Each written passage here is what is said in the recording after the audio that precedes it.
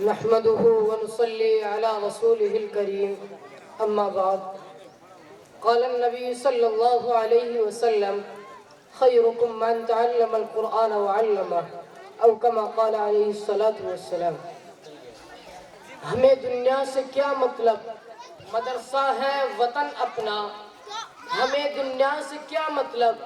مدرسہ ہے وطن اپنا. مریں گے ہم کتابوں پر ورق ہوگا کفن اپنا.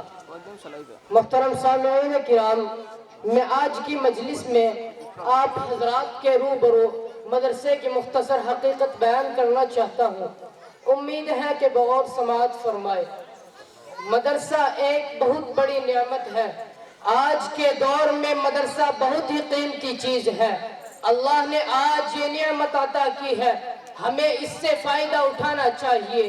علم دین کا اتنا سیکھنا فرض ہے جس سے نماز روزہ وغیرہ درست ہو سکے.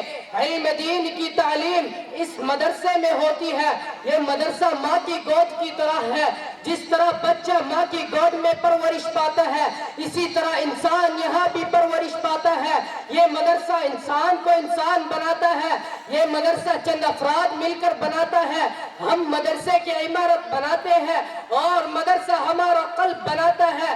اللہ سے ہمارا تعلق جوڑتے ہیں اور یہی نبی کا کام تھا کہ مخلوق کو خالق سے جوڑتے تھے. جس طرح نبی مخلوق کو خالق سے جوڑتے تھے، اسی طرح یہ مدرسے ہم کو اللہ سے جوڑتے ہیں. لہٰذا ان مدرسوں کو نہ کوئی طاقت ہلا سکتی ہے اور نہ کوئی ان مدرسوں کو توڑ سکتا ہے. محترم بزرگوں، یہی وجہ ہے کہ آج مدارس کا جال ہر اطراف و اکناف میں پھیلا ہوا ہے، جبکہ حکومت رات دن ان اداروں کو مٹانے اور ختم کرنے کی کوششیں کر رہی ہے. لیکن ان اداروں کا نظام ایسی ذات عالی کے قبضے میں ہے جس کو نہ کوئی بگاڑ سکا ہے اور نہ کوئی بگاڑ سکے گا انشاءاللہ تعالی. اور اس کے متعلقین کے بارے میں سرور دو عالم صلی اللہ علیہ وسلم کی زبان سے سنیں. حضرت انس رضی اللہ عنہ حضور صلی اللہ علیہ وسلم کا ارشاد نقل کرتے ہیں کہ اگر تم دنیا میں ان لوگوں کو دیکھنا چاہتے ہو جن کو اللہ نے جہنم سے آزاد کر دیا ہے تو طلباء علم دین کو دیکھو. بخدا جو طالب علم صرف علم حاصل کرنے کی نیت سے کسی عالم کے دروازے پر جاتا ہے تو اس کو ہر حرف اور ہر قدم پر 1 سال کی عبادت کا ثواب ملتا ہے. جہاں جہاں اس کے قدم پڑتے ہیں وہ زمین اس کے لیے دعائے استغفار کرتی ہے. صبح و شام فرشتے اس کی مغفرت کا اعلان اس طرح کرتے ہیں، ہؤلاء اتقاء اللہ من النار، یہ ہے جن کو اللہ نے جہنم سے آزاد کر دیا ہے. دوستو، مدرسہ کیا ہے؟ مدرسے میں قرآن ہے جو اللہ کی کتاب ہے، انقلابی کتاب ہے جس نے دنیا کی کایا پلٹ دی، ہلچل مچا دی.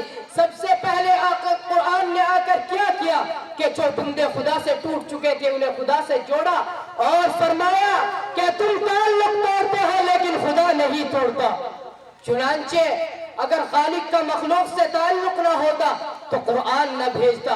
قرآن نے بھٹکے ہوئے لوگوں کو راہ دکھائی اور زمانے کو خیر القرون بنا دیا اور قرآن قیامت تک کے آنے والوں کے لیے مشغل راہ بن گیا.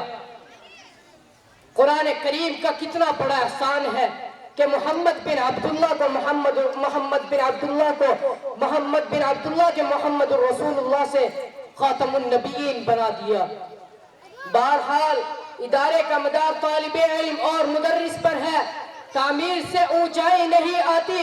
اس ادارے کا رشتہ اصحاب صفہ سے چلا ہوا ہے جس کے معلم سرور دو عالم صلی اللہ علیہ وسلم تھے اور جس کے طالب علم حضرت ابو بکر صدیق رضی اللہ عنہ، حضرت فاروق اعظم رضی اللہ عنہ جیسے تھے.